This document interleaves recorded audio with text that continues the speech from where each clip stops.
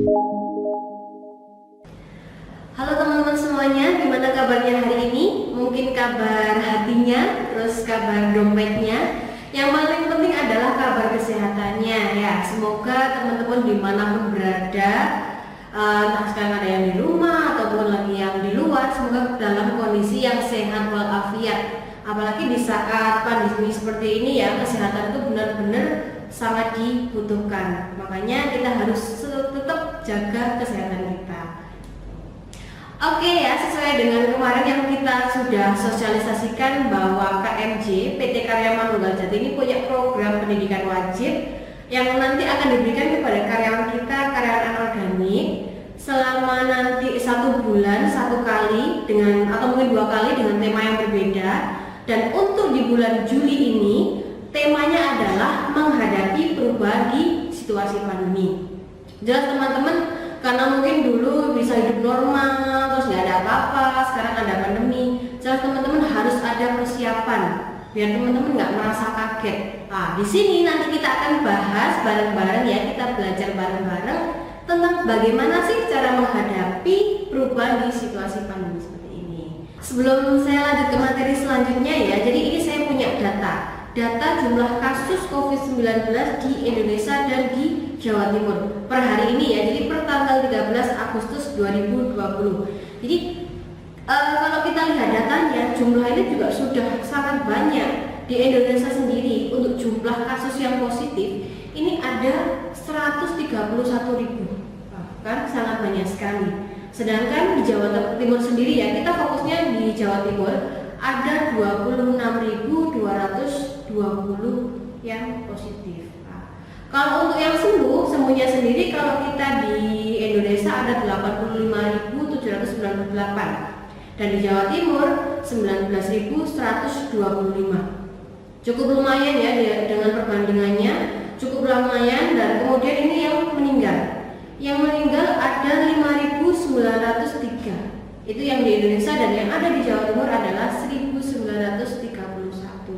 Nah, dengan data yang saya tampilkan ini ya, jadi teman-teman juga harus lebih hati-hati, bukan malah menyepelekan. Mungkin kasusnya corona ini, COVID-19 ini sudah nggak se-happening seperti kemarin, nggak seheboh yang kemarin ya. Mungkin karena teman-teman sudah merasa jenuh atau apa, akhirnya mengabaikan. Saya sarankan untuk tetap berhati-hati, tetap waspada. Karena apa? Teman-teman bisa lihat sendiri data kita ya. Kalau teman-teman mengikuti hari per hari itu peningkatannya sangat banyak sekali. Ada juga kemarin adalah 1.000 lebih. Makanya teman-teman, dengan saya sajikan data ini, teman-teman harus lebih aware lagi, harus lebih waspada, nggak boleh mengabaikan itu.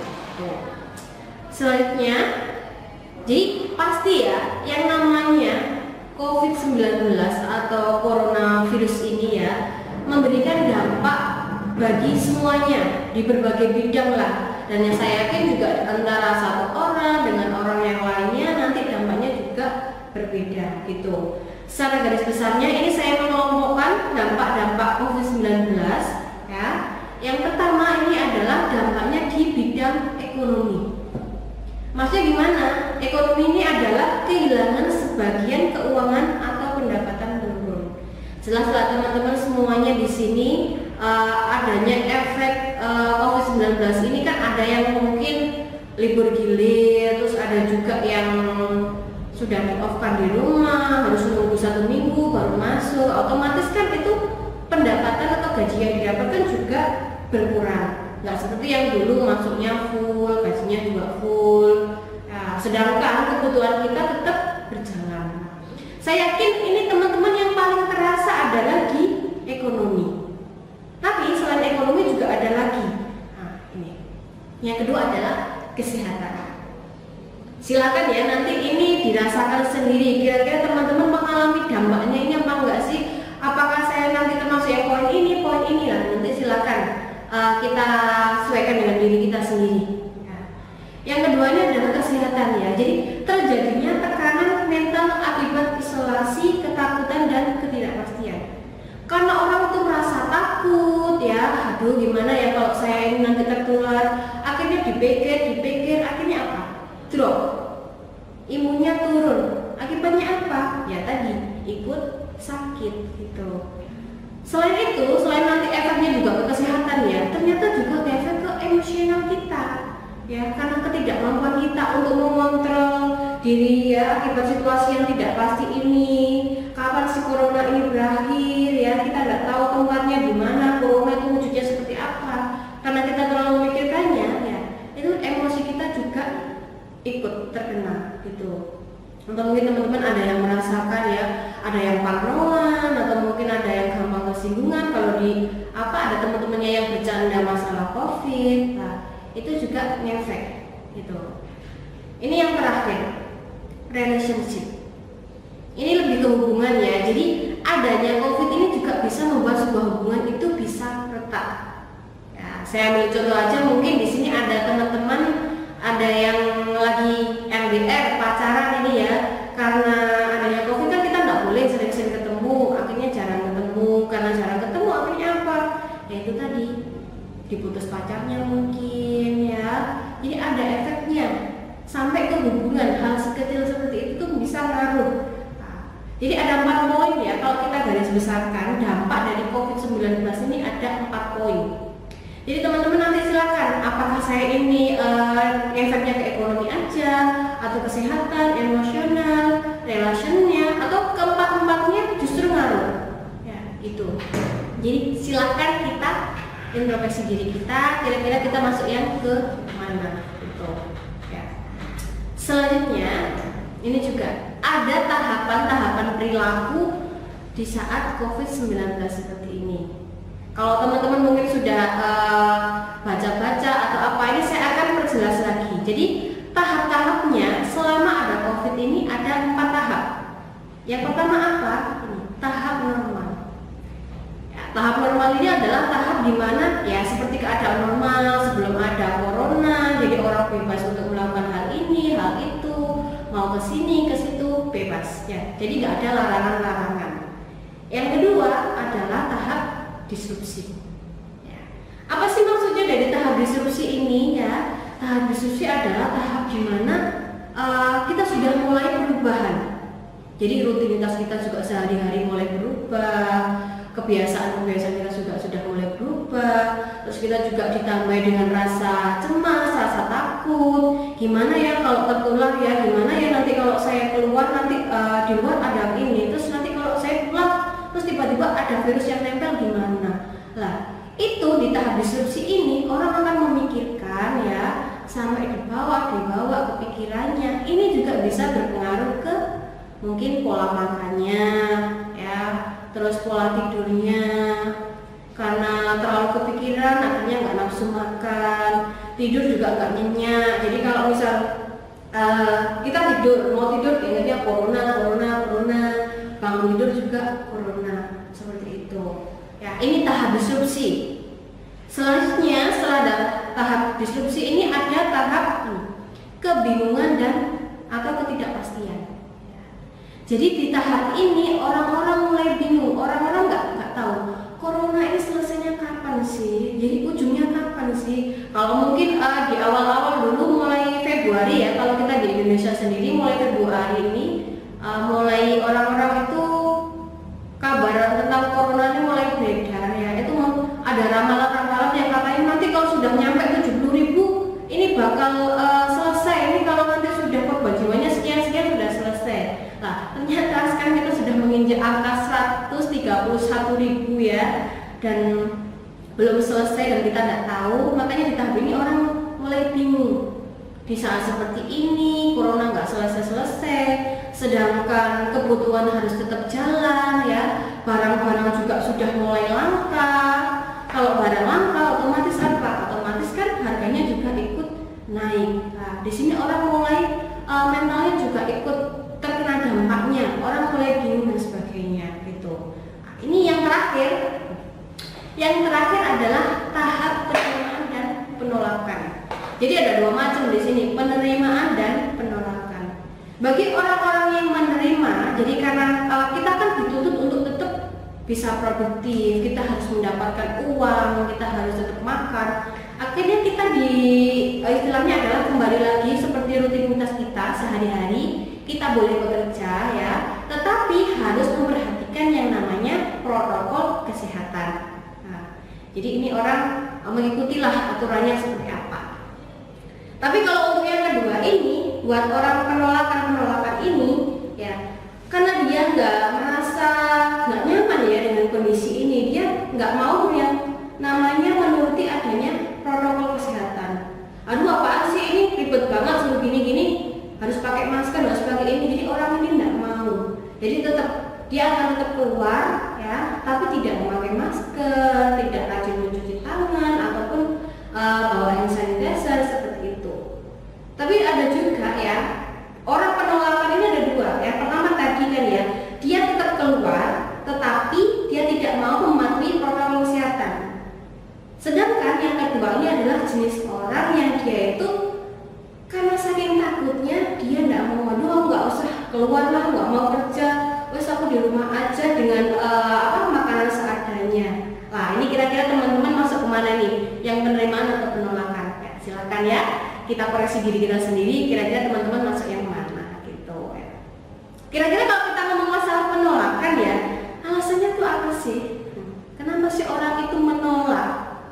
Tidak mau mengikuti aturannya, nggak mau mengikuti protokol kesehatan. Kira-kira kenapa? Ayo kenapa?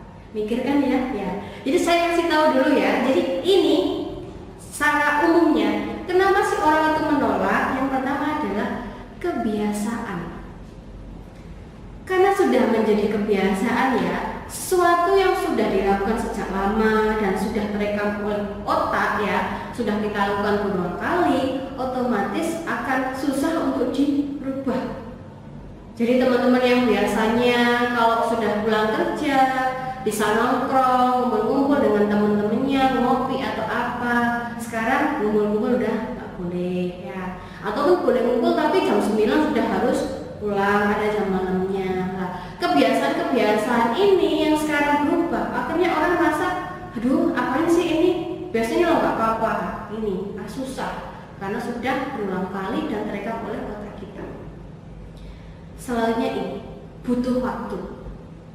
Karena biasa tadi ya, karena sudah dilakukan berulang kali ya, untuk menyesuaikan ke perubahan itu maka butuh yang namanya waktu. Setiap orang jelas ini waktunya berbeda-beda. Ada yang mungkin butuh 1 bulan untuk beradaptasi dengan adanya COVID ini. Ada yang butuh waktu lebih dari itu atau mungkin yang kurang dari itu. Ya, jadi butuh waktu. Kita nggak bisa ini ya langsung orang ini kamu payah, masa ini nggak bisa. Setiap orang ini kemampuannya untuk beradaptasi juga beda-beda.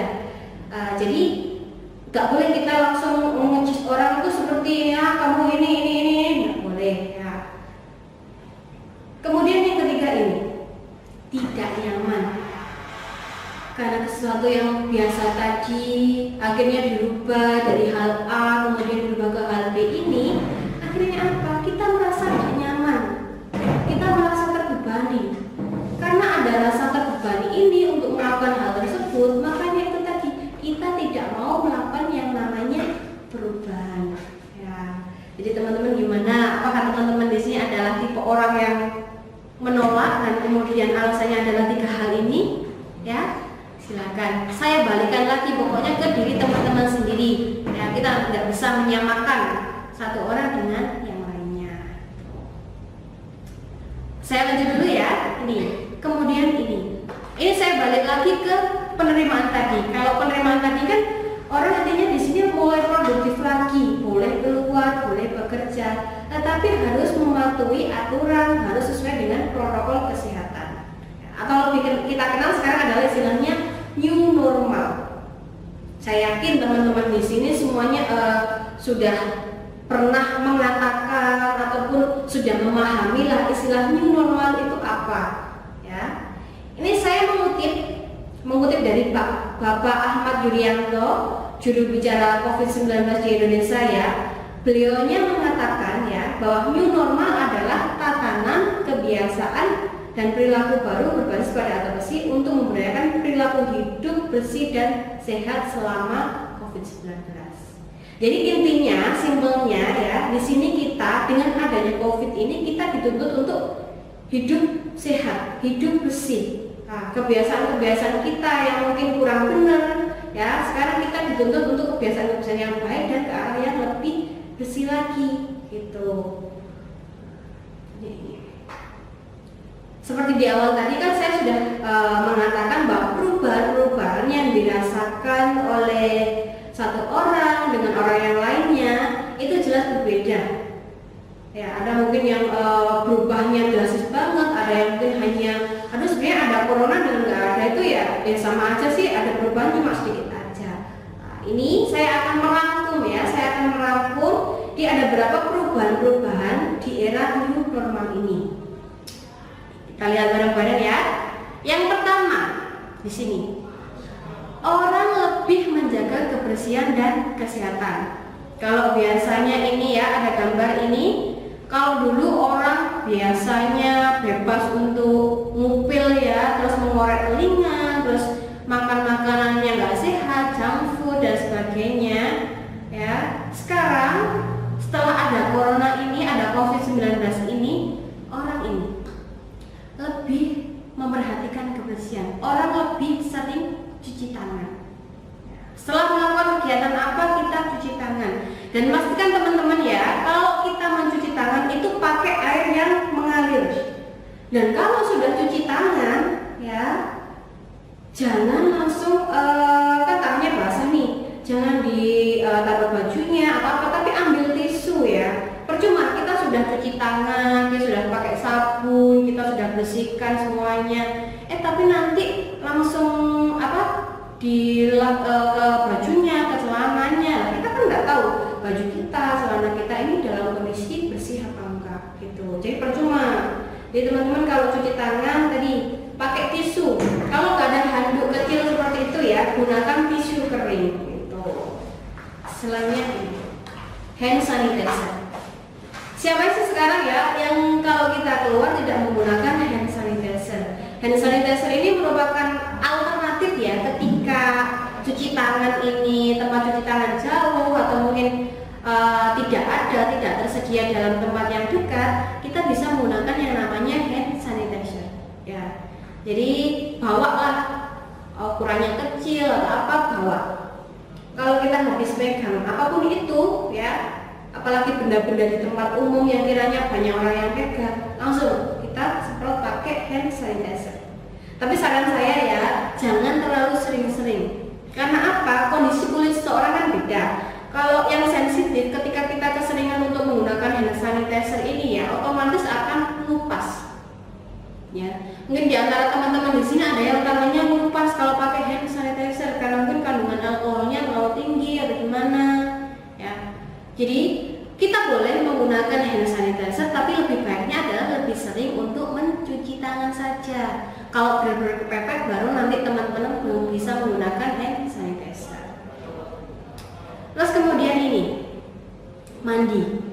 Orang akan lebih sering mandi. Jadi kalau habis kita bepergian, habis keluar rumah, kita balik ke rumah ya, kita langsung mandi. Kenapa? Kita takut nanti ternyata dari luar ada virus-virus yang menempel. Jadi harus mandi pakai sabun ya, jangan cuma pakai air aja, tapi pakai sabun.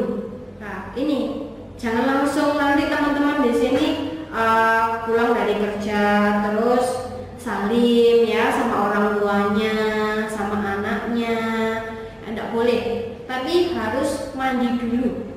Pastikan kondisi tubuhnya harus bersih dulu, baru nanti teman-teman bisa berkontak, berinteraksi dengan keluarga yang di rumah gitu.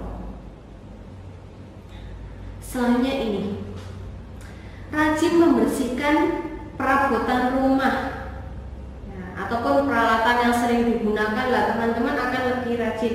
Terutama adalah benda-benda yang kita sering pegang, seperti gagang pintu, terus juga ini di sini keran. Pokoknya banyak lah ya.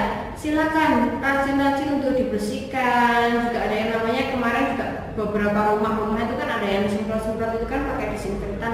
Nah itu adalah termasuk salah satu langkah biar rumah kita, barang-barang kita aman dan terhindar dari yang namanya coronavirus gitu. Ya aja males-males ya, ininya seperti itu. Selanjutnya ini, kalau di awal tadi orang kan lebih senangnya makanan yang junk food, siap saji ya, yang berlemak-lemak, yang itu orang enak ya. Tapi di saat seperti ini dituntut untuk menjaga imun ya, dan salah satu faktor agar imun kita itu tetap bagus adalah makan makanan yang bergizi. Jadi orang setelah ada coronavirus ini ya lebih memperhatikan makanan yang dikonsumsi.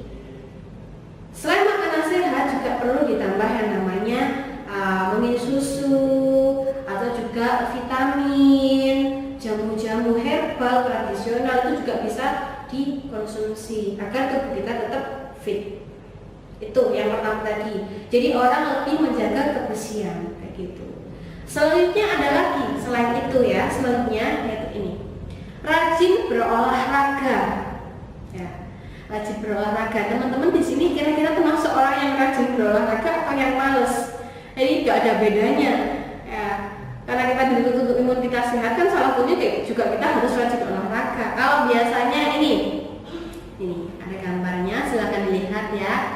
Ini kalau mungkin lagi libur kerja, terus juga lagi off ya, teman-teman memanfaatkan waktunya untuk istirahat di rumah, untuk tidur-tiduran, males-malesan, nonton TV, nonton drama Korea ya.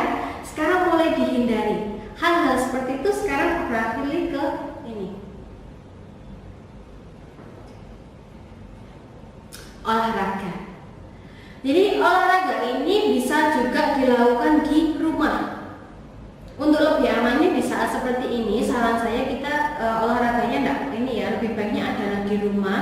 Jadi olahraga ini tidak perlu yang kita berat-berat. Jadi gerakan-gerakan ringan kita lakukan 15 menit sampai 30 menit dengan konsisten ya. Setiap hari kita lakukan, tidak perlu waktu yang lama-lama. Saya yakin ya tubuh kita juga akan bugar, tetap sehat.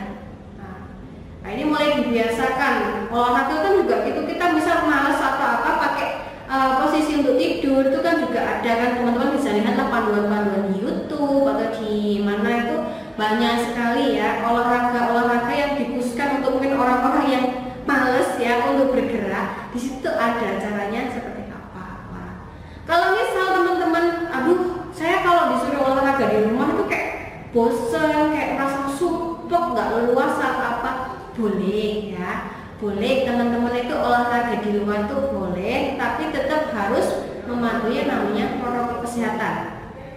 Teman-teman mau jogging, oke, silahkan ya, tapi tetap harus pakai masker ya. Terus juga goes ya, ini sekarang yang lagi viral ya, yang lagi heboh-hebohnya ya adalah bersepeda, goes. Orang-orang berbondong-bondong ini beli sepeda semuanya ya.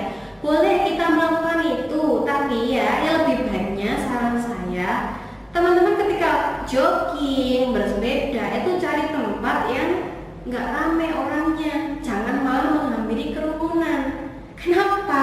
Ketika kita berkumpul ya, mungkin kita biasanya paling ramai cuma di alun-alun ya, semuanya ngumpul di alun-alun ke pusat kota. Ketika semuanya ngumpul di situ ya, kita nggak tahu mana yang sehat ya, mana yang situ reaktif, mana yang ternyata dia positif tapi dia nggak tahu, kita nggak tahu ya. Bukannya kita dengan berolahraga ini kita jadi sehat ya, tapi malah kita mendapatkan penyakit karena kita keluar tadi gitu ya. Bolehlah kita kalau mau goes mau apa, sekarang biasanya kan orang ini kan lebih ngelatah ya, kalau satu lagi seneng hobi ini semuanya ngikut, ini nggak apa-apa, tapi tadi pilih tempat yang tidak terlalu ramai ya. Lebih baik adalah di daerah-daerah yang sejuk-sejuk, pinggir-pinggir seperti itu, jangan di pusat kotanya kayak gitu ya. Ayo yang malas-malas ya, yang malas-malas, ayo sekarang mulai berolahraga, badannya digerakkan, entah itu hanya peregangan kecil ya atau cuma kepalanya atau apa, terserah ya, nggak apa-apa, yang penting kita harus menggerakkan tubuh kita biar tubuh kita, imun kita tetap bagus gitu. Oke ya, itu tadi poin yang kedua.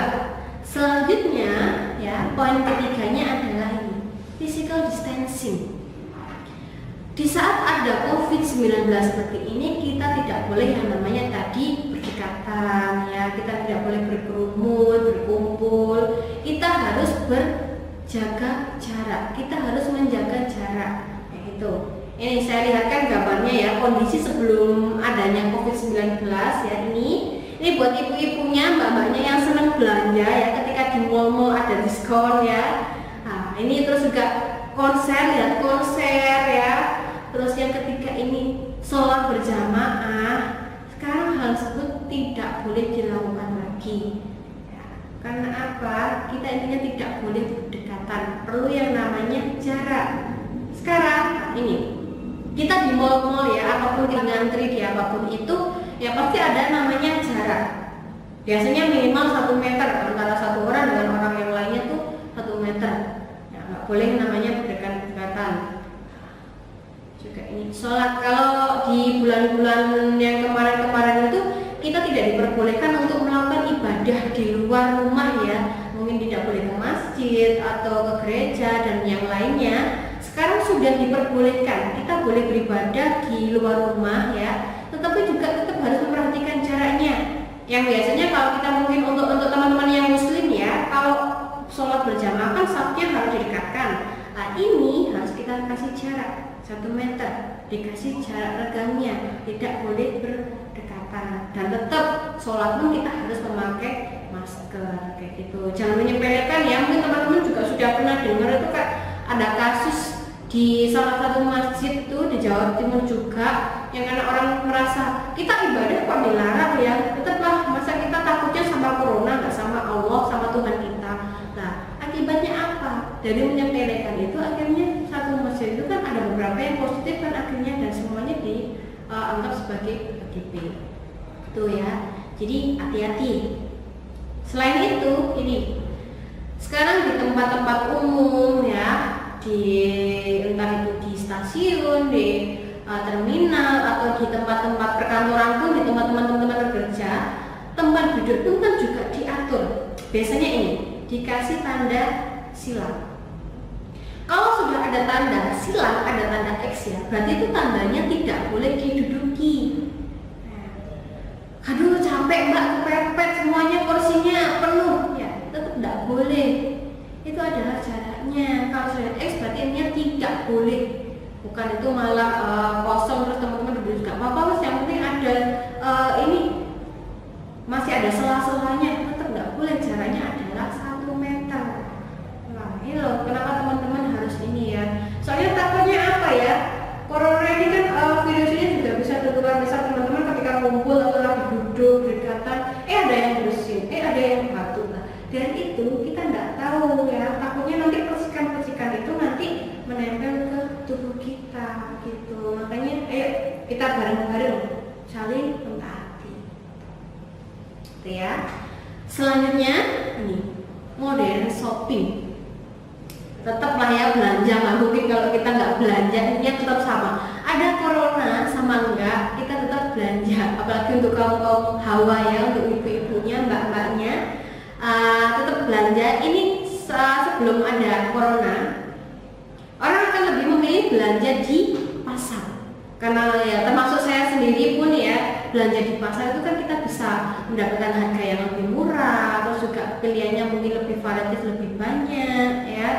Nah, sekarang dengan adanya corona ini, virus ini, orang mungkin masih ada yang masih ke pasar, tapi lebih banyak adalah ke modern shopping, ke tempat-tempat yang lebih modern. Ini seperti yang paling dekat ya di Alfamart ya, Indomart, terus juga bisa ke Hypermart, Carrefour, Giant dan sebagainya ya. Jadi orang akan lebih memilih tempat-tempat di situ yang bersih.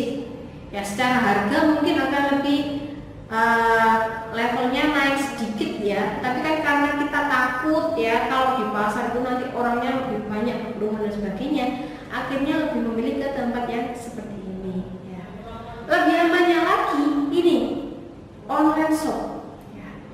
Kalau ini menurut saya adalah alternatif yang paling sangat memberikan solusi banget ya. Ketika kita takut untuk keluar, kita takut untuk berinteraksi atau bertemu dengan orang, online shop ini adalah solusi yang terbaik ya. Sekarang banyak sekali lah ya platform-platform itu yang mungkin teman-teman juga bisa melalui Shopee dan sebagainya. Kita intinya adalah tinggal cari yang kita butuhkan apa. Oh saya butuh tisu ya, ditulis tisu kurang segini-segini. Oh tinggal cari harganya yang mulai dari yang murah sampai yang paling mahal ya. Kita bisa memilih tergantung pintar-pintarnya kita nyari, kemudian tinggal masukkan ke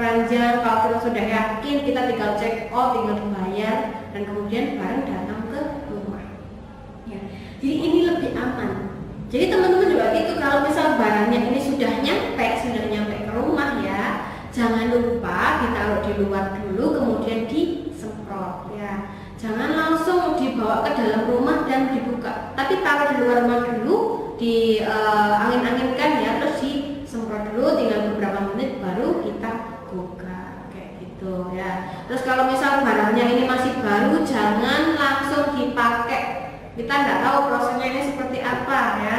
Jadi pastikan dicuci dulu, jangan langsung dipakai ya. Bukan hanya pakaian atau apa, tapi termasuk makanan, karena itu juga nanti kita konsumsi. Nah, itu lebih penting, harus kita bersihkan dulu gitu.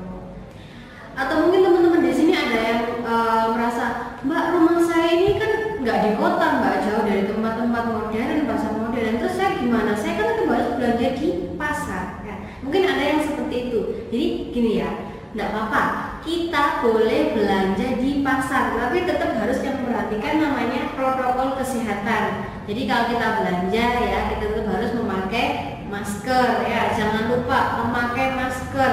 Kemudian kalau lebih baiknya lagi, teman-teman adalah membawa tas belanja sendiri. Jadi tidak perlu namanya minta tas kresek dari penjualnya atau apa, tapi bawa sendiri ya. Kita tidak perlu namanya pegang-pegang, itu namanya keranjang, troli atau apa ya, karena kita tidak tahu yang kita pegang ini bekas siapa aja, apakah yang pegang ini tadi orangnya sehat atau tidak. Jadi solusi yang terbaiknya adalah kita bawa tas belanja sendiri ya. Selain itu ya, kalau teman-teman sudah megang uang atau mungkin sudah megang belanjaan ini itu, jangan lupa tadi bawa hand sanitizer. Kalau nggak ada tempat cuci tangan ya, bawa hand sanitizer. Sampean semuanya teman-teman ini adalah langsung ini disemprot biar steril lagi ya. Aduh Mbak, kok ribet kayak gitu ya. Ya ini adalah kita lebih ini ya, biar kita jaga-jaga sendiri. Intinya gimana kita nggak terkena virus itu tadi. Nah, itu solusinya buat teman-teman yang mungkin rumahnya jauh dari pasar modern ya, yang tetap ke pasar. Selanjutnya ini mass buying. Apa sih mass buying ini? Jadi mass buying ini adalah pembelian ya dalam jumlah yang besar ya. Jadi pembelian dengan jumlah yang besar atau mungkin berlebihan ya istilahnya. Kalau sebelumnya ini kita ketika belanja itu kan kita biasanya buat list ini ya, daftar belanja. Oh ini gula butuhnya 1 kilo, tisu butuhnya 1 roll. Jadi sebetulnya aja. Oh kalau nanti habis ya kita tinggal keluar lagi. Tapi ya sekarang karena orang kan tidak mau intinya terlalu sering keluar atau takut keluar ya, intinya ini orang akan belanja dengan jumlah yang banyak. Wah, yang tadinya tisu itu adalah orang harus beli cuma 2 roll, akhirnya beli yang banyak sampai 10 roll sampai lebih. Terus juga masker ya, karena kita butuh masker ya, itu kita belinya akhirnya banyak atau kita sampai nimbun atau apa ya, itu tidak diperbolehkan loh ya teman-teman. Saya ingat tidak diperbolehkan. Kalau kita mau flashback ke belakang lagi ya, kalau di awal-awal corona kemarin kan kita mau nyari masker aja itu kan susah. Biasanya kalau barang sudah susah, itu apa dampaknya? Harganya pun juga naik. Kita nyari masker kesehatan itu susah banget. Harga normal itu 30 sampai 50 ribu kita sudah bisa beli yang dapat 50-an, isi 50-an itu kan ya. Tapi setelah ada corona itu, terus kemudian jarak untuk membelinya tempatnya jauh, terus juga kapasitas stoknya nggak ada, akhirnya apa? Harganya ikut naik. Sempet kan itu yang harga masker sampai 500 ribuan tuh sampai 1 juta. Kan ngeri ya kalau kita bandingin harga masker yang biasanya 30 ribu sekarang jadi 500. Nah, tapi untungnya sekarang masker sudah termasuk tidak langka lagi ya. Kita sudah bisa membeli entah itu di online shop atau di offline ya, shop ya. Itu sudah ada dengan harga yang sudah mendekati normal lah ya. Sekarang itu 60 sampai 150 itu kita sudah bisa membeli masker kesehatan. Nah, kalau teman-teman merasa ini ya belinya bisa pakai masker kain gitu. Ya, intinya kalau kita belanja kita boleh ya membeli barang ini itu, tapi tidak boleh dalam jumlah yang lebih ya, tidak boleh terlalu banyak. Ya, takutnya apa? Karena ulah itu tadi kita belinya banyak, barangnya nanti kurang, harganya akan naik gitu. Dampaknya ke siapa? Balik ke kita lagi gitu ya. Selanjutnya ini, orang akan lebih sering memasak sendiri di rumah. Nah, ini yang biasanya males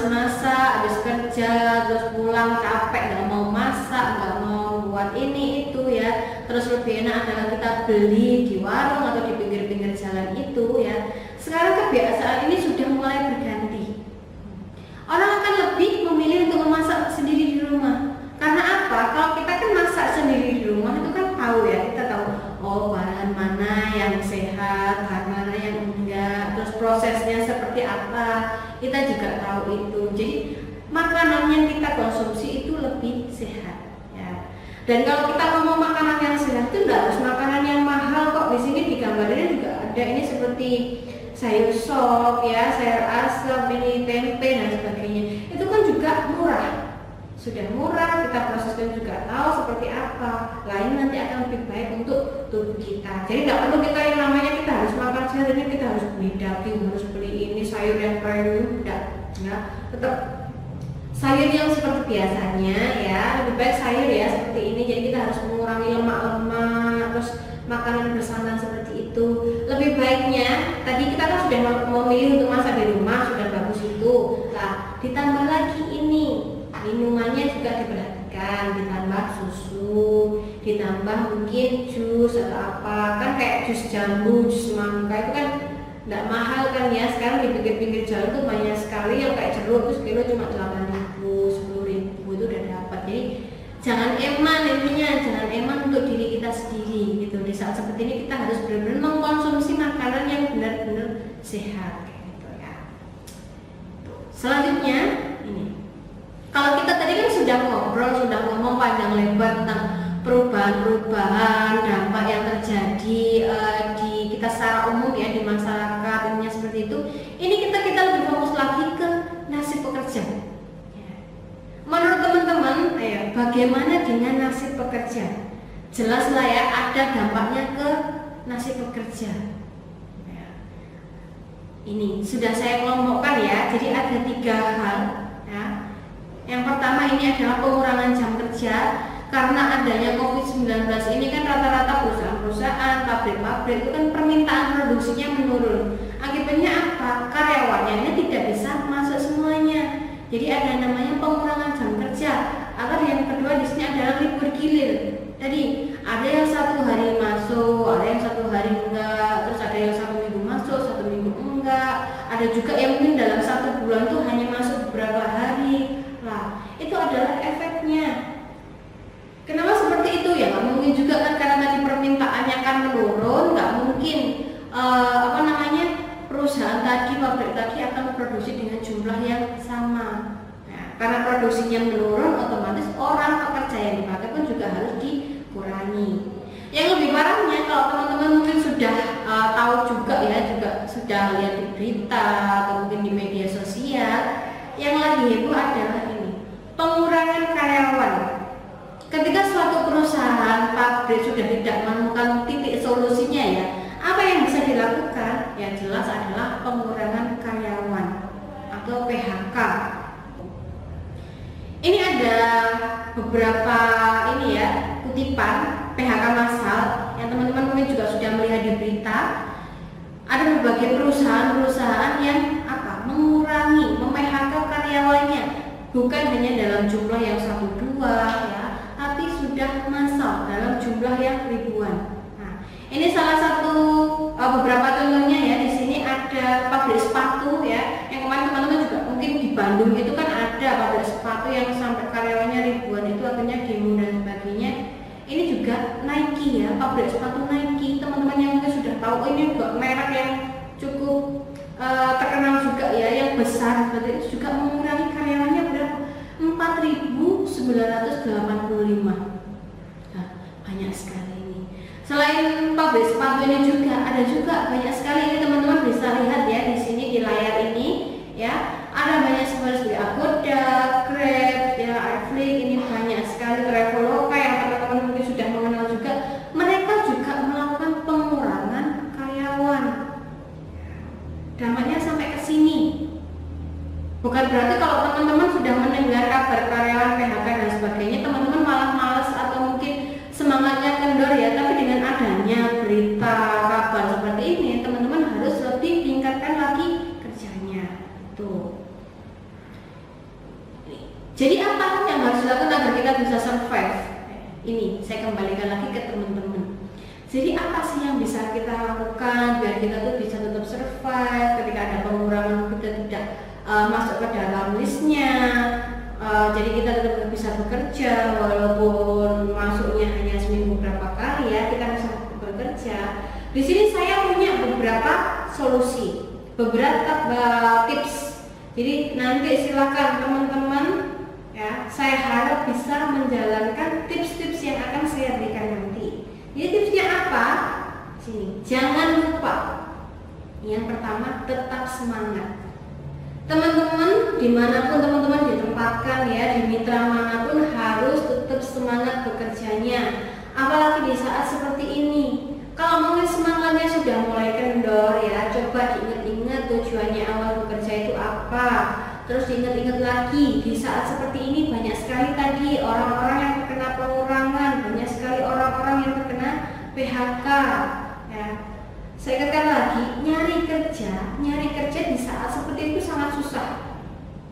Kita sendiri di PT Karya Manunggal Jati ini ya, permintaan produksi itu pun juga tidak sebanyak yang dulu ya, tidak sebanyak yang dulu. Jadi teman-teman yang mungkin sekarang tetap masih bekerja, diberikan kesempatan ya, tolong digunakan sebaik-baiknya. Jangan males, ditingkatkan lagi ya, gitu.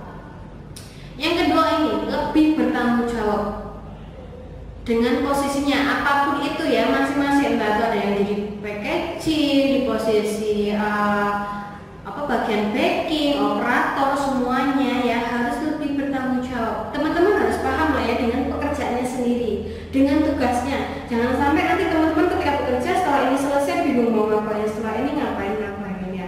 Mungkin leader, pengawas itu nanti juga akan memberikan pengarahan, tapi mereka tidak akan memberikan pengarahan yang salah terus-menerus.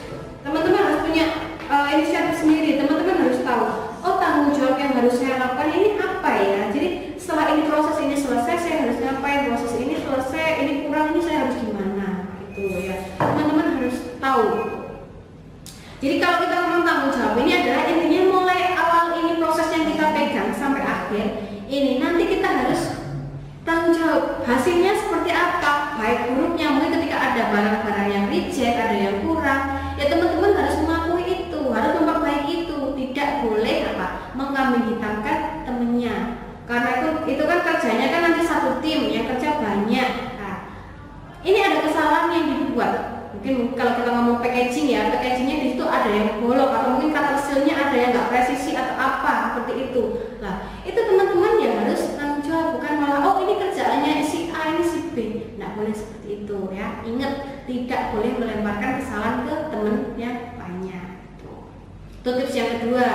Selanjutnya ini yang ketiga, jaga kesehatan. Teman-teman sudah diperbolehkan untuk bekerja, teman-teman masuk lagi, ini kesehatannya harus dijaga. Perusahaan ya, pabrik tidak akan mempekerjakan orang-orang yang sakit. Nah, ini pesan saya adalah kalau mungkin teman-teman di sini sudah merasa nggak enak badan atau merasa tubuhnya ada yang kurang benar atau apa, izin aja, bilang aja ke korlapnya, ke pengawasnya, ke internalnya ya. Mohon maaf Pak, mohon maaf Bu, saya hari ini sebenarnya nggak masuk, saya harus istirahat karena kondisi saya seperti ini. Jadi kita jujur aja, jadi jangan dipaksa karena kita butuh uang ya. Akhirnya kita bekerja tapi sebenarnya kita sakit. Takutnya apa? Sakitnya kita itu ternyata adalah COVID-19 itu.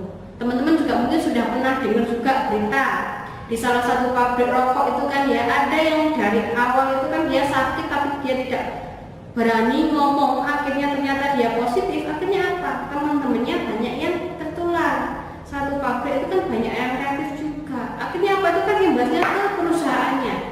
Karena namanya sudah, oh pabrik ini terkena penyakit coronavirus, jumlahnya sekian-sekian. Akhirnya apa? Orang kan rasa takut juga. Akhirnya apa? Produksinya juga menurun. Dampaknya adalah tadi pengurangan.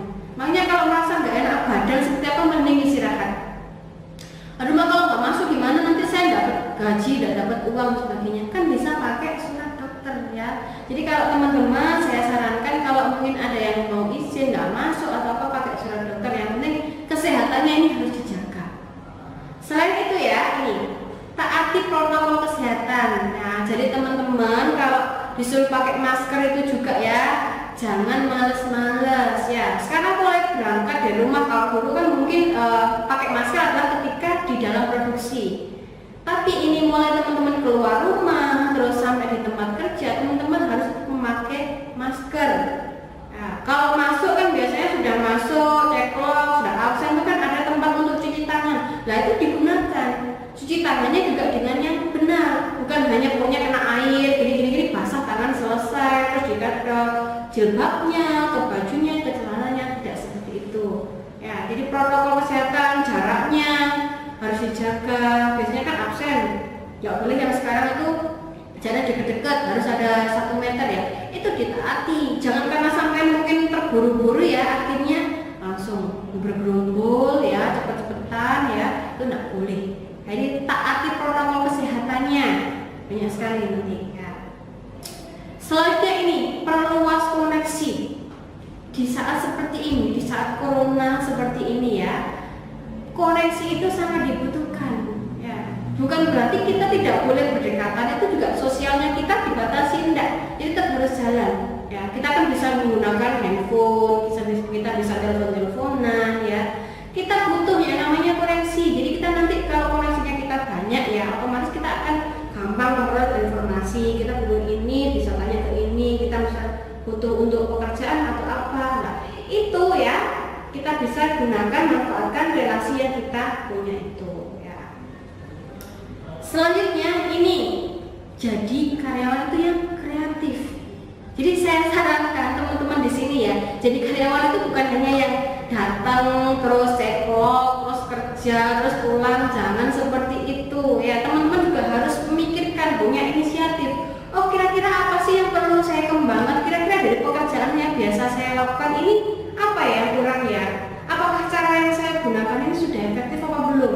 Atau mungkin teman-teman punya ide, oh kalau packing dengan cara seperti ini saya rasa kok kurang ini ya. Nah, teman-teman boleh bukan itu ya. Nanti kalau punya ide seperti ini diomongkan ke leadernya, ke pengawasnya. Nah biasanya orang-orang yang punya nilai plus seperti ini kan nanti dia akan bilang, oh orang ini pintar, oh orang ini dia punya ini ide-ide yang cemerlang. Nah itu nanti juga bisa menyelamatkan ketika teman-teman ada pengurangan karyawan gitu ya. Jangan hanya diem, tadi dimanfaatkan ya. Kerja itu bukan hanya sama tenaganya dulu kan enggak, tapi otaknya juga harus dipakai. Gimana sih caranya biar kita menjadi orang yang kreatif, kita bisa ini ya, ini caranya upgrade ilmu kita. Selain perut kita intinya kita kasih makan ya, otak kita juga perlu yang namanya dikasih makan. Upgrade ilmu kita, apa yang kurang, apa mungkin yang ditingkatkan. Salah satunya apa? Program kita seperti ini ya, seminar online ini, pendidikan wajib ini juga termasuk salah satu media yang kita gunakan untuk mengupgrade ilmu. Jadi teman-teman ketika kita punya kebijakan, oh nanti karyawan kita harus mengikuti seminar online, harus mengikuti pendidikan wajib ini, teman-teman jangan merasa aduh apalagi sih ini, aduh KMJ ini punya program apa sih, oh udah capek bla bla bla seperti itu. Jangan ya, tapi ini adalah momen yang bisa digunakan untuk teman-teman itu update ilmu, untuk belajar. Jadi banyak sekali ya media-media yang bisa kita gunakan untuk upgrade ilmu, untuk belajar. Selain seminar online kita ini, pendidikan wajib kita ini, kalau teman-teman saya rasa juga sudah punya yang namanya smartphone ya, punya HP yang sudah canggih-canggih. Lah itu dimanfaatkan ya. HP-nya sudah canggih, sudah smart, jangan sampai kita yang penggunanya, kita pemakainya tidak smart ya. Kita bisa gunakan ya. Google itu apa aja sih yang nggak bisa dicari, semuanya ada di situ. Kalau kita mau googling, mau apa, nyari apa ya, cari yang positif ya. Kita bisa nambah-nambah ilmu apa yang kita butuhkan ya. Tidak hanya untuk main game ya, main game boleh, tapi tetap harus yang lainnya juga seperti itu ya. Jadi jangan merasa terbebani. Sekali lagi teman-teman, belajar terus ya. Selanjutnya, selain ilmu yang perlu di-upgrade, skill kita ya juga perlu di-upgrade. Mungkin teman-teman sudah merasa, saya sudah ahli di bidang ini. Jangan merasa puas, sekali lagi jangan merasa puas. Apalagi untuk teman-teman yang di sini mungkin masih baru ya. Jangan bosan, jangan takut untuk minta diajari sama seniornya, sama atasannya. Lah, itu biar kita punya ini lebih handal gitu. Jadi mungkin kalau kita bekerja, kita punya keahlian ini dibandingkan dengan yang lainnya, kita lebih bagus. Kita punya satu level yang lebih baik seperti itu. Jangan mudah puas. Dan di sini kalau kita belajar skill ya, mungkin teman-teman yang baru-baru ini kan juga bisa belajarnya dengan channelnya. Terutama yang cewek, pesan saya adalah jangan baper. Ini yang cewek ya, jangan baper. Biasanya teman-teman ini malu untuk bertanya ke leadernya. Nanti kalau dimarahin dikit nanti sudah merasa nggak enak hati, merasa tersinggung. Jangan seperti itu ya. Kita mikir aja, oh iya ya, saya kan orang baru ya, berarti kalau saya dimarahin wajar lah, saya mungkin ada yang salah lah. Tanya salahnya di mana, nanti biar di-update lagi kayak gitu ya. Selain mungkin teman-teman bisa nambah skillnya itu belajarnya di pabriknya, di perusahaannya, teman-teman juga bisa banyak kan kayak mungkin ada yang di sini tenaga ahli bidang mesin atau apa, teman-teman bisa ke tempat-tempat les praktek atau apa, itu kan banyak kan di bengkel-bengkel tetangganya atau apa, itu juga bisa digunakan media untuk upgrade skill kita ya. Itu yang berhubungan dengan pekerjaannya. Tapi saya rasa juga selain skill perusahaan atau pekerjaan kita ya, kita juga butuh skill-skill yang lainnya kayak gitu. Jadi ada 8 poin ya, ada 8 poin ya, jangan lupa teman-teman ini harus memperhatikan kira-kira tadi yang kurang di mana di 8 poin ini. Jadi teman-teman nanti bisa memperbaikinya lagi, dan nanti ketika ya, alhamdulillah ya, jangan sampai, tapi kita juga perlu jaga-jaga. Misal kalau ada pengurangan karyawan, ada PHK, teman-teman nanti posisinya tetap aman kayak gitu ya. Penilaian karyawan itu pasti nggak mungkin kita memilih orang secara acak ya, pasti ada yang namanya penilaiannya. Salah satunya tadi adalah dengan kinerjanya. Makanya tadi update lagi, kita benahi lagi. Jangan bosen, jangan merasa capek, jangan merasa puas untuk belajar itu. Ya. Selanjutnya ya, yang tidak kalah penting juga ya, di saat pandemi seperti ini kita tidak boleh hanya bergantung di satu pendapatan saja. Jadi teman-teman harus bisa membaca kira-kira usaha apa yang bisa saya lakukan ketika ada pandemi seperti ini. Ini gini, di saat pandemi seperti ini kan kita nggak tahu ya apakah kita akan tetap bertahan di perusahaan ini, di pabrik ini, ataukah nanti kita masuk ke pengurangan apa enggak. Oleh karena itu, biar kita nanti untuk berjaga-jaga ya, seandainya saja ada kemungkinan terburuknya, misalnya kita masuk ke list itu ya, kita masih punya usaha lain, kita masih punya sumber pendapatan yang lainnya. Nah ini saya punya ini ya, peluang-peluang usaha yang mungkin bisa teman-teman lakukan ya di era new normal ini. Kalau mungkin teman-teman di rumah sudah punya usaha, mungkin ini nanti bisa jadikan referensi tambahan usahanya. Atau mungkin teman-teman yang masih bingung, oh saya pengen usaha tapi itu saya bingung, kira-kira apa ya yang bisa saya lakukan, apa yang saya jual. Nah ini saya akan kasih beberapa gambaran-gambaran yang nanti mungkin bisa menjadi referensi teman-teman untuk membuka usaha. Tuh, ya. Siap ya? Jadi ini yang pertama, usaha yang pertama yang bisa dilakukan adalah makanan dan minuman herbal. Nah, ini. Di saat pandemi seperti ini, kita kan dituntut untuk sehat. Salah satunya untuk sehat itu kan kita harus minum vitamin, minum jamu. Nah, seperti ini, minuman-minuman herbal, minuman tradisional seperti mungkin kunir asam, terus mungkin beras kencur, ada juga yang wedang ya, yang kemasan-kemasan kecil itu. Nah, itu bisa dijadikan referensi untuk usaha. Dengan harga 3.000 sampai 5.000-an ya, dengan kemasan-kemasan kecil itu juga sudah untung ya ibaratnya. Emang teman-teman mungkin tidak bisa langsung, oh itu kok untungnya cuma sedikit mbak ya, kok saya kan pengennya yang besar. Nggak bisa. Kalau intinya kita pengen usaha ya, kita mulai merintisnya dari bawah sedikit ya. Nanti kalau kita telateni, kita konsisten menjalankannya ya, otomatis nanti akan menjadi banyak keuntungan kita tuh. Terus kalau mungkin ada teman-teman di sini yang merasa, aduh mbak, di tempat saya ini yang jualan itu tuh sudah banyak lah. Kalau di tempat teman-teman tuh sudah banyak yang menjual makanan, minuman seperti ini, berarti teman-teman di sini harus punya strategi. Cara yang nantinya marketingnya teman-teman yang bisa membantu kira-kira dari produk saya ini yang bisa menjadi menonjol juga orang tuh tertarik dengan produk saya dibandingkan produk yang lain itu apa sih? Nah itu nanti menjadi PR selanjutnya gitu ya. Ini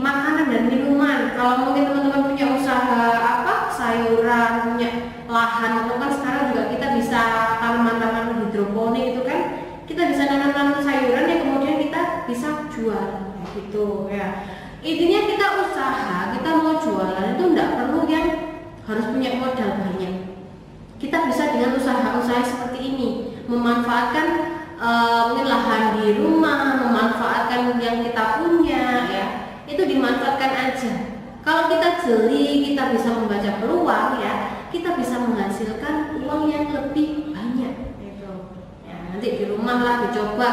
Kalau mungkin teman-teman masih bingung cara membuatnya gimana ya, nah, kan sekarang ada yang namanya itu YouTube ya, silahkan dibuka YouTube-nya, terus juga Google ya, di Google juga bisa. Aplikasi masak itu Cookpad itu kan di situ kan ada kan resep apa, nanti kan ada pilihannya mau bikin apa, itu nanti bisa jadikan referensi cara membuatnya seperti apa. Ini teman-teman trial dulu lah ya, membuat dulu di rumah, kita coba rasanya gimana. Kalau nanti sudah sampai dirasa yang ini dirasa enak ya, berarti nanti teman-teman bisa langsung jualan gitu ya.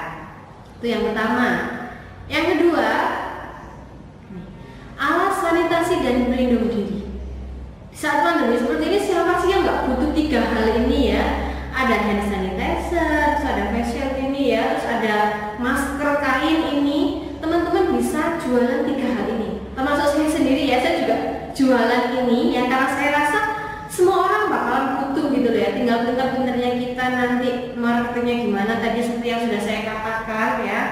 Kita cari aja lah, kita nggak perlu kalau hal semacam ini. Kalau hand sanitizer kan kita bisa cari di Shopee, itu juga bisa kan, kita cari harga-harga reseller ya yang murah, kemudian kita akan mulai 5.000 sampai 15.000 seperti itu kan juga bisa ya. Masker kain, mungkin kalau teman-teman punya keahlian untuk menjahit ya, beli kain 1 meter itu, kalau kita jadikan masker itu sudah jadi banyak gitu. Saya punya temen, dia juga punya usaha jahit seperti itu. Jadi kain 1 meter ya itu sudah menghasilkan banyak sekali. Dan kalau kita ini ya lihat dari harga belinya kain dengan hasil masker mau dijual, itu sudah 3 kali 4 kali lipatnya itu sudah dapat gitu ya. Jadi dimanfaatkan. Kalau misal teman-teman saya enggak punya alat jahitnya, Mbak, saya enggak punya mesin jahitnya, saya enggak bisa buat, ya kita jadi reseller aja gitu ya. Intinya kita dimudahkan, semuanya itu kita dimudahkan kok. Intinya kita kalau mau berusaha ya, niat ininya, insya Allah kita bisa gitu. Jadi enggak perlu mikir uang, mikir keahlian gini-gini, enggak usah gitu. Ini ya, 3 hal ini penting sekali sekarang ya. Harganya juga hand sanitizer sekarang juga sudah murah-murah ya, turun. Jadi teman-teman bisa memanfaatkan itu. Kalau mungkin ada yang saya bisa bikin sendiri kok Mbak, ya silahkan bikin sendiri. Tapi kalau emang teman-teman tidak punya keahlian di bidang itu, saya sarankan jangan. Karena apa? Ini kan produk yang nanti kan berhubungan dengan kulit orang. Takutnya nanti produknya ini entah itu alkoholnya terlalu tinggi atau bahan-bahan lain yang membuat kulit ini melupas. Mending jangan. Cara amannya gimana? Cara amannya ya itu tadi, kita jadi reseller aja. Betul ya. Itu tadi sudah 2. Sekarang ada lagi ini, makanan frozen dan catering. Di saat seperti ini orang kan lebih malas untuk keluar ya. Kalau mungkin orang juga malas untuk memasak, orang akan memilih untuk beli. Lah ini dimanfaatkan, momen-momen seperti itu harus dimanfaatkan gitu. Jadi teman-teman bisa yang punya keahlian masak ya, silakan buat ya catering. Tapi nanti ini ditambahin dengan jasa antar ya. Jadi orang pesen sampai teman-teman di sini yang mengantarkan ke rumah gitu. Jadi makanannya bisa dibuat yang makanan-makanan sehat atau mungkin di sini frozen ya. Kemarin saya juga sempat baca-baca artikel itu juga, terus saya juga lihat di YouTube prosesnya membuat frozen food itu seperti apa. Ternyata itu juga tidak terlalu sulit gitu loh ya. Bahan-bahannya juga masih gampang, masih mudah untuk didapat dengan harga-harga yang relatif terjangkau. Dan ada juga salah satu sumber yang saya lihat itu juga, dia juga awalnya malah coba-coba terus ikut kursus itu membuat makanan-makanan, ternyata keuntungan yang didapatnya itu sangat fantastis gitu ya. Jadi teman-teman terutama yang pintar masak lah, silahkan dicoba ini sangat menguntungkan ya. Gunakan freezer yang di rumah itu ya, kita mulainya kecil-kecilan dulu lah ya, misalnya kita tawarkan ke tetangga-tetangga ya. Kalau teman-teman mau sekarang marketingan jualan kan saya rasa nggak perlu ya teman-teman mondar-mandir besar di sini ya, bisa gunakan yang namanya gadgetnya teman-teman tadi, HP-nya tadi kan ada biasanya bisa pasang status, grup WA, nah itu bisa dimanfaatkan ya. Seperti saya sendiri, saya juga jualan somai ya. Jadi di situ saya cara pemasaran saya gimana? Ya tadi saya manfaatkan WA status, Instagram itu. Jadi nanti kalau ada yang pesen ya saya antarkan gitu. Jadi teman-teman mungkin bisa mencontoh ya. Bisa mencontoh dari yang tergampang aja ya, yang kira-kira bisa dibuat itu yang mana gitu. Kalau mungkin mau ngasih harga, saya sarankan juga harganya ini harus yang realistis, jangan terlalu murah dan juga jangan terlalu mahal. Kalau terlalu mahal nanti teman-teman juga menjualnya susah, pasti peminatnya akan berkurang. Tapi kalau teman-teman jualnya di bawah harga pasaran ya, nanti teman-teman akan ini dimarahin sama penjual-penjual yang lainnya gitu ya. Jadi boleh kita ngasih harga yang agak miring gitu ya, tapi selisihnya nggak boleh terlalu banyak gitu ya. Selanjutnya ini produk kecantikan herbal ya.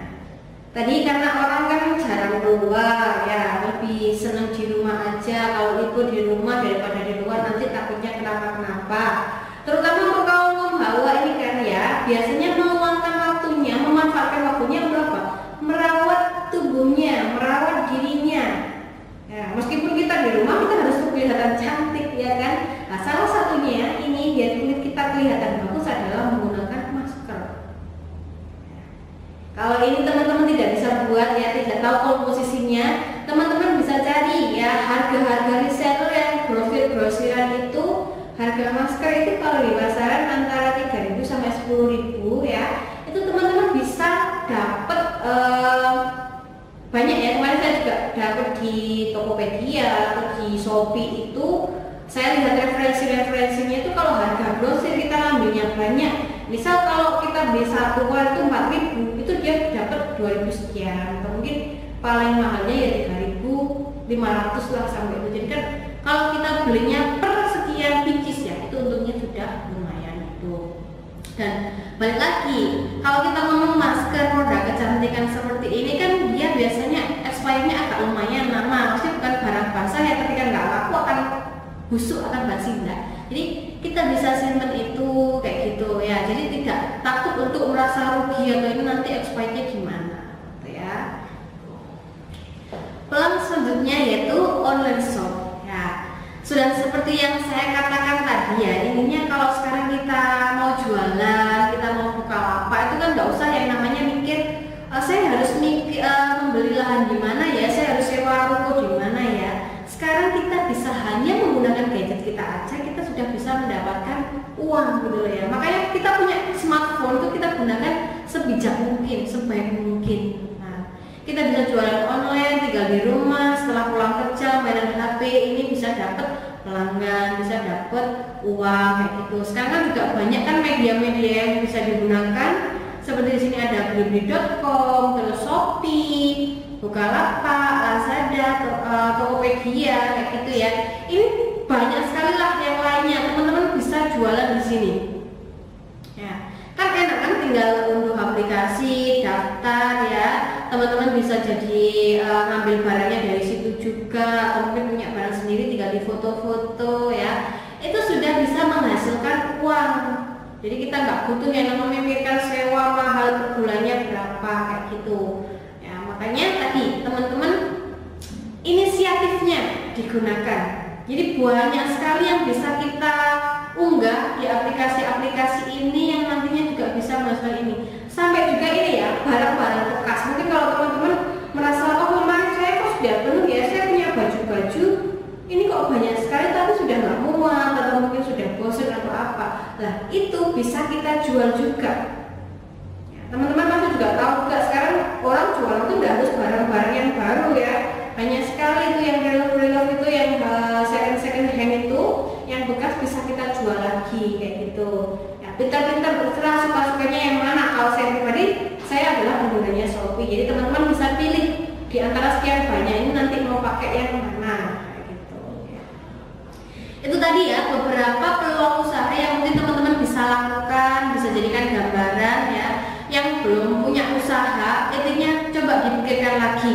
Ini tadi ada beberapa referensi ya. Kalau mungkin kurang banyak sekali nanti silahkan dicari juga di YouTube, itu ada ide-ide peluang usaha modal kecil seperti itu banyak sekali, di Google juga ada ya.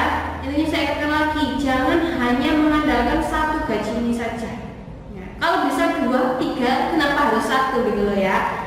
Jadi kan ketika nanti teman-teman merasa oh posisi saya sebenarnya di perusahaan sudah nggak aman, sudah ada isu-isu bakal ada pengurangan, jadi teman-teman nggak perlu terlalu khawatir gitu loh. Paling enggak saya sudah punya satu ini lubang lagi usaha yang bisa saya gunakan, bisa saya jadikan untuk sambil nanti saya mencari lainnya, paling enggak saya bisa tetap makan, saya bisa menghasilkan uang meskipun tidak terlalu banyak kayak gitu ya. Tuh. Selanjutnya ini saya punya tips ya, tips hidup aman dan nyaman. Jadi buat teman-teman di saat pandemi seperti ini kan biasanya merasa takut, merasa tertekan, cemas ya. Nah ini saya ada beberapa tips nanti yang bisa diterapkan di rumah ya atau dimanapun biar nanti merasa tetap aman dan nyaman. Ini tips yang pertama adalah menjaga rumah aman COVID-19. Jangan sampai ya nanti kita ini membawa penyakit ke rumah. Jadi saya punya tips yang mungkin nanti teman-teman bisa lakukan juga. Yang pertama di tipsnya adalah ini, letakkan alas kaki di luar. Jadi ketika nanti teman-teman entah itu pulang kerja atau habis belanja atau habis main kemana-mana gitu ya, letakkan ini alas kakinya, sepatunya, sandalnya jangan sampai langsung dibawa masuk ke rumah. Taruh di luar dulu ya. Taruh di luar dulu, terus diangin-anginkan, jangan dibawa keluar dulu, semprot dulu pakai disinfektan. Yang pertama. Terus yang kedua, ini cuci tangan. Teman-teman ingat jangan langsung berinteraksi dengan keluarganya. Mungkin saking kangennya ya dengan istrinya, suaminya, dengan anaknya, terus teman-teman merasa, ayo pulang, ibu pulang. Jangan seperti itu ya, tapi langsung cuci tangan dulu. Cuci tangan dulu yang bersih. Setelah cuci tangan, nah ini semprot barang-barang yang tadi dibawa dari luar ya, termasuk tadi sepatu tadi, disemprot dulu pakai disinfektan. Pastikan harus steril dulu. Setelah disemprot nanti tunggu sekitar 5 menit sampai 10 menit itu sudah cukup ya. Itu nanti disemprot baru nanti bisa dibawa masuk. Nah, setelah itu apa yang harus dilakukan? Selanjutnya adalah mandi. Nih. Gak boleh males-males ya, intinya kalau kita di saat seperti ini jangan males, walaupun pulangnya malam ya. Aduh kalau malam saya mandi itu merasa dingin mbak, males dan sebagainya, tetap harus mandi. Jangan karena malesan kita yang harus sepele, karena malas kita itu membawa sesuatu yang berdampak buruk buat keluarga kita gitu kan ya. Kita kan harus menyayangi keluarga kita, intinya kita juga harus menjaganya. Salah satu menjaganya gimana? Dengan cara ini gitu ya, mandi dulu. Kalau udah mandi, ganti baju. Meskipun teman-teman tadi keluarnya hanya saya loh mbak, keluarnya cuma 2 jam, 3 jam aja kan juga bajunya belum kotor kok, bajunya belum bau, jadi itu saya pakai. Jangan ya, ini jangan disamakan saat-saat seperti ini, di saat pandemi ini seperti dulu pas waktu normal gitu loh ya. Tadi kita nggak tahu baju kita ini bersih apa enggak, terpapar virus apa enggak gitu loh ya. Lebih amannya adalah teman-teman ganti. Ya, terus baju yang kotor gimana? Ini direndam deterjen dan dicuci. Pastikan direndam deterjen dulu karena virus ini juga akan mati ya kalau kita rendam dengan deterjen. Jangan langsung dikucek ya, jangan langsung pakai air dikucek itu jangan, tapi direndam dulu. Setelah itu nanti baru dimasukkan ke mesin cuci ataupun dikucek gitu ya. Setelah hal ini dilakukan, baru nanti teman-teman boleh berinteraksi dengan keluarganya, boleh main dengan anak-anaknya seperti itu ya. Sabar dulu ya. Kalau walaupun kita sekangen apapun, ini harus sabar dulu dilakukan 8 hal ini tadi. Kalau kita melakukan 8 hal ini ya, kemungkinan ya saya rasa virus ini akan terhindar gitu ya. Kita tidak akan membawa penyakit ke rumah. Sayang keluarga Anda ya, jangan karena sampai ceroboh, malas dan sebagainya akhirnya nanti berakibat fatal ya. Itu tips yang pertama. Selanjutnya ini tips yang kedua, ingat sampai harus punya yang namanya tas siaga. Ya, jadi tas siaga ini adalah berisi perlengkapan-perlengkapan yang wajib teman-teman bawa ketika keluar rumah. Kok banyak Mbak, ada ini. Nanti saya kan merasa berat ya. Atau mungkin kayak orang mau mana ya, mau pindah, mau keluar rumah atau apa.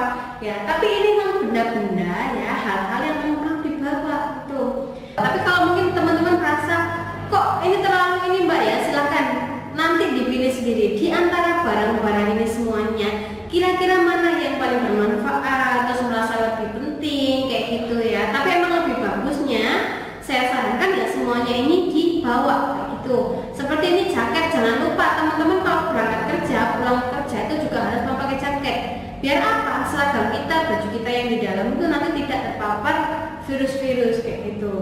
Terus juga semprotan disinfektan ini, kalau mungkin teman-teman disitu kan pegang pagar, pegang apa yang kiranya nanti gagang pintu ya, kiranya itu banyak dipegang orang, teman-teman bisa semprotkan itu dulu ya. Sabun ini juga perlu. Kalau teman-teman kan ada tempat untuk cuci tangan tapi nggak ada sabunnya, teman-teman bisa pakai punya sendiri.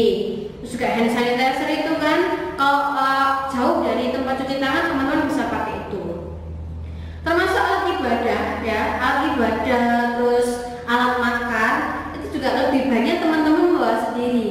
Mungkin sudah disediakan ya, di masjid itu sudah ada mukena, terus di tempat makan itu sudah di kantin sudah ada alat makannya.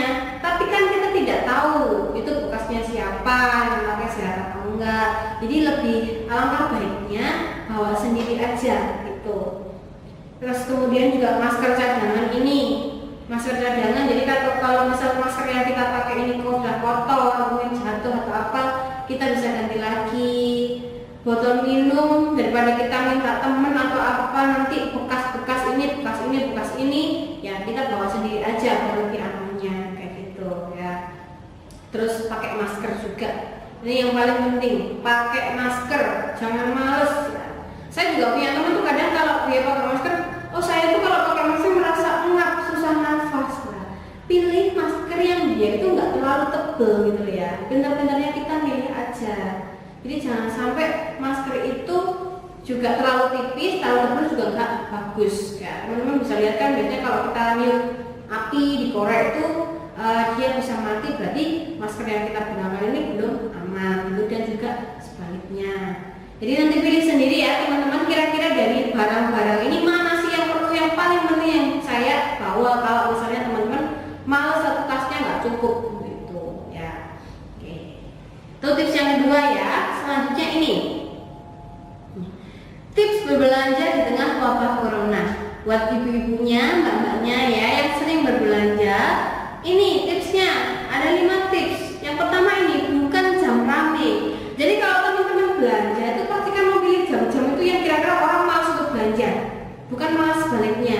Jadi kalau ada orang yang belanja itu milihnya weekend ya, hari Sabtu Minggu itu kan banyak orang libur, itu salah. Jadi lebih baiknya adalah di weekday-nya aja.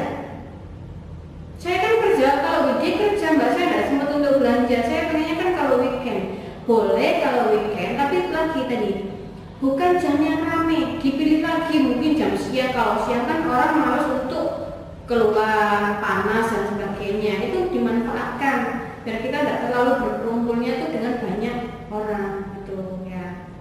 Yang kedua tadi, bawa tas sendiri ya, gunakan tas sendiri. Jadi kita nggak khawatir troli atau keranjang belanjaan itu bekasnya siapa, kita nggak khawatir karena kita sudah bawa sendiri ya. Ingat tadi, dipegang orang banyak itu paling hal yang kita nggak tahu lah, intinya itu sehat apa enggak gitu. Jadi bawa tas sendiri. Kalau sudah pegang ini, pegang itu, tadi jangan lupa cuci tangan.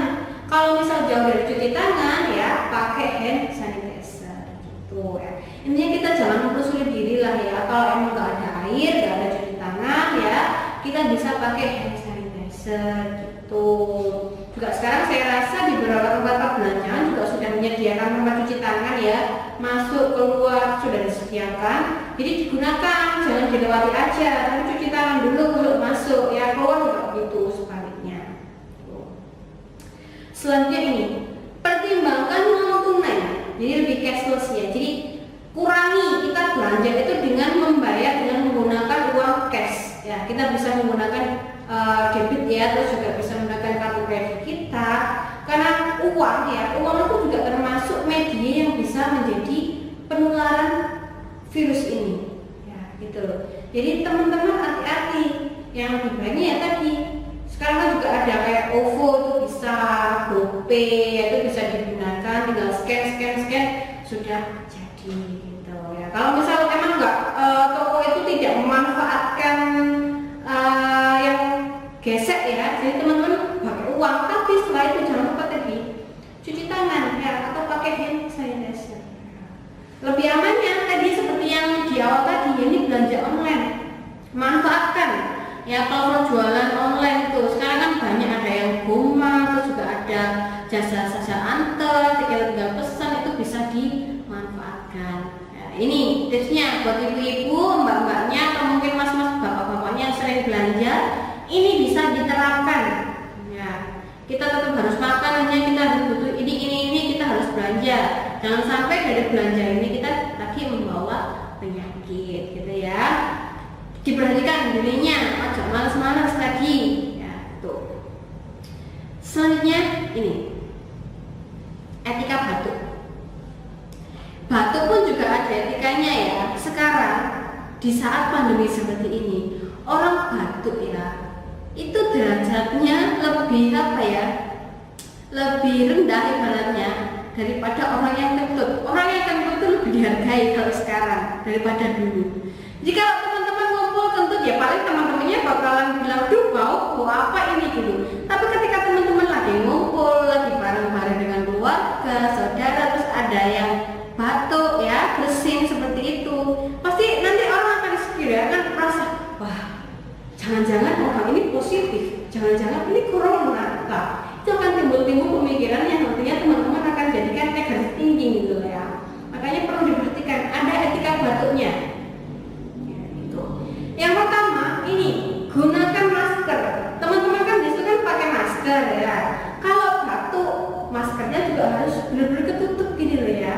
Masker yang benar gimana? Masker yang benar adalah dari hidung sampai dagu, menutupi semuanya, bukan ditaruh di leher atau mungkin ditaruh di bawah hidung. Itu salah. Yang benar menutup hidung sampai dagu.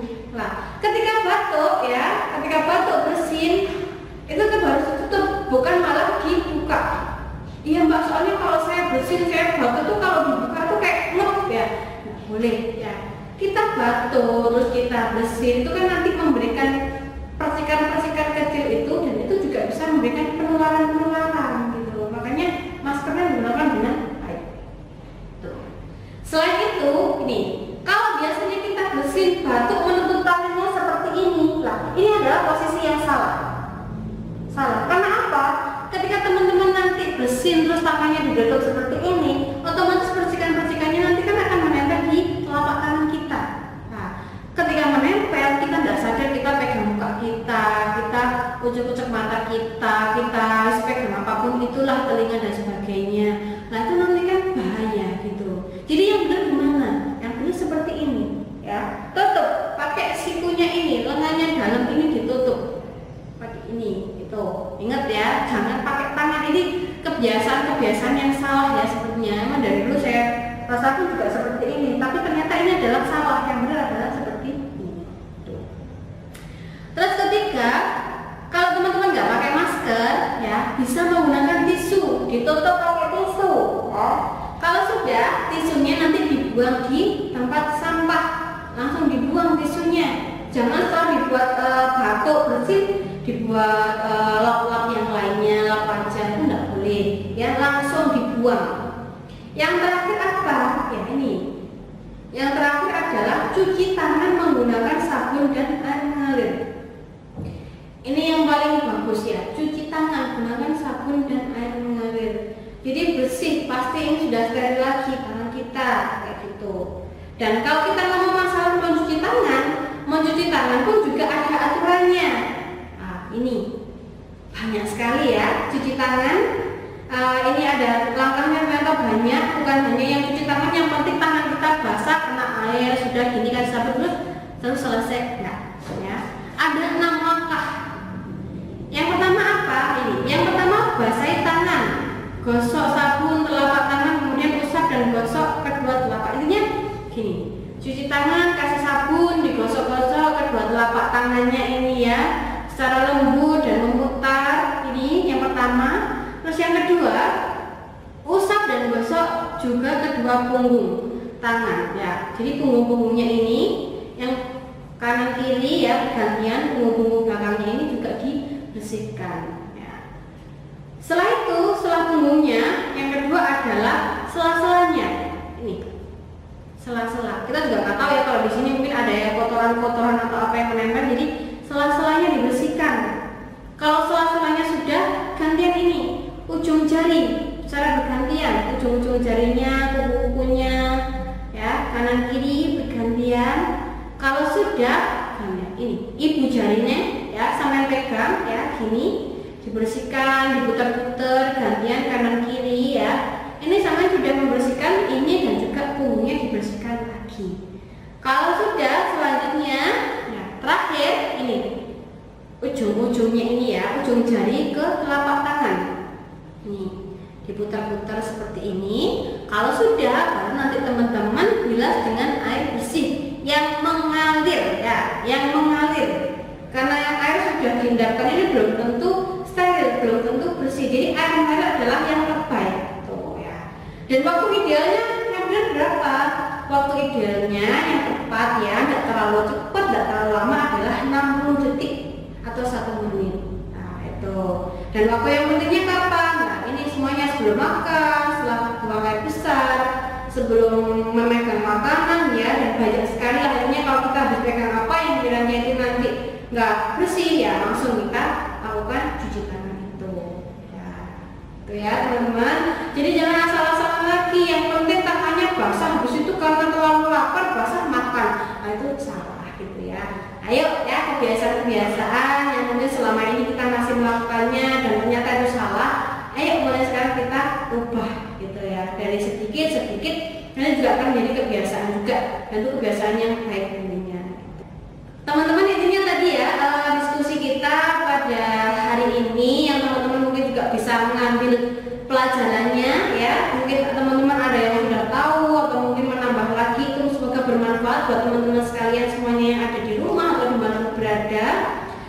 Intinya tadi teman-teman di saat seperti ini harus lebih aware lagi, harus lebih perhatian dengan dirinya, kondisinya, lingkungannya ya. Jangan males-males ya, karena hal besar itu tidak akan terjadi kalau tidak ada hal kecil. Jadi karena hal-hal sepele yang teman-teman melakukannya karena malas, kepepet atau apa, nanti bisa berakibat fatal ya. Jangan seperti itu. Sayangi diri sendiri, sayangi keluarga di rumah ya, tetap jaga kesehatan, tetap semangat kerjanya, dan semoga nanti teman-teman tetap bisa bertahan ya, tidak ada terkena efisiensi, pengurangan tadi, teman-teman bisa mendapat pekerjaan yang seterusnya intinya seperti itu, dan kita bisa tetap menjadi keluarga dalam naungan perusahaan PT Karya Mumbal Jati. Oke, sudah ya, saya rasa cukup, saya akhiri, sekian dan terima kasih. Oke, sampai jumpa di waktu selanjutnya. Oke, terima kasih.